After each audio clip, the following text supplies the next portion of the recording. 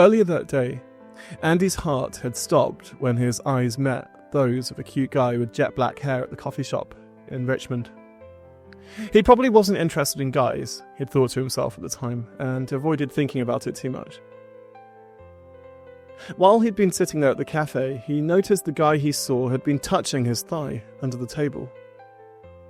He was fairly certain it wasn't in a perverted kind of way, especially as he was in his early 30s and was dressed in a fairly affluent kind of way. He had very short inseam shorts on, a very tight t-shirt and absolutely fantastic arms, which were adorned with a nice Cartier wristwatch and an Hermes bracelet. He could see him massaging his quads under the table and was pretending not to notice. It wasn't in a sexual way, and it certainly wasn't directed at him, he was certain of that. Their eyes had met briefly, and he noticed how manly he looked. His arms looked fantastic. He could not get him out of his mind. At the time, he tried hard to concentrate on his work. He was working on a fashion project at the cafe and was working on some underwear shots for a photography account he sometimes submitted his indie photography to. It wasn't the best timing, especially as he kept noticing the guy with jet black hair opposite him. He wasn't cross, so he didn't load any apps to see whether the guy was actually gay or was active on any dating websites. Instead, he tried to ignore the whole interaction and focus on the day ahead of him. It was around 1 PM by the time he decided he needed to figure out who this guy was. It was so frustrating not being able to place him mentally, especially as he was sure he'd seen him before. He was sure of it. He definitely wasn't a rower, as he had seen him locking up a beautiful red Cannondale road bike outside. He looked far too casual. However, he did have the height that most rowers had.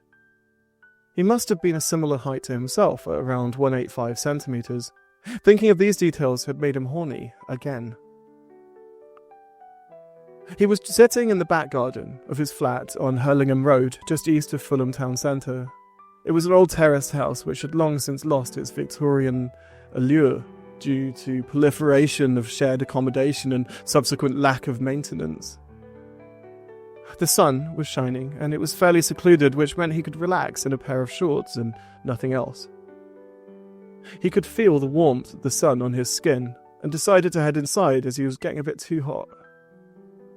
Before he headed inside, he checked Instagram and checked notifications for his photography account, the one he contributed to, and occasionally monitored for comments and likes. He wasn't the main admin, but occasionally checked it, especially if he'd just posted a photograph. Today, there weren't many photos, but he did notice a comment from a user called Fred_dy_1993, which piqued his interest. He didn't always check out profiles, but sometimes did if they looked like a good opportunity to collaborate or to follow if they were another influencer and could make a good connection to have in the community. It was him. It was the guy with jet black hair he'd seen in the cafe earlier. He'd commented on a photo of him which wasn't particularly raunchy, but sexual enough to prove his theory that the guy was gay, or at least questioning. The photo in question was just of his own torso and showed the blue band of a jockstrap he was wearing in it. You could clearly see his package and an outline of his cock and uncut penis. Andy had a fairly large package and loved showing it off anonymously through his photography.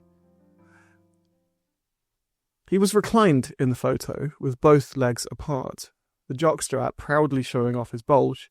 He could see how alluring it might be to the right audience. When he got upstairs, he laid in bed, still in his shorts, and started touching himself. It wasn't that he was being pervy, simply that he remembered how good the guy looked with black hair in the cafe. His quads were amazing. He had also seen him touch his package while he had been sitting there in his booty shorts. It was all too much for him. He'd taken his shorts off prior to this and was now fully naked in bed. He covered himself slightly with the sheet, though he was unsure who he was hiding his naked body and flaccid cock from. A force of habit, perhaps. He browsed some photos of this guy he'd seen earlier and then closed his eyes. He placed his phone on the side and started touching his balls and cock. With his left hand, He reached over instinctively for the cock ring that was on the table beside the bed, which was still slightly lubricated from the wank he had had the same morning before heading to Richmond on the train. He slipped the cock ring on over his balls, which were now getting more full, and instantly felt himself get bigger and more chubby.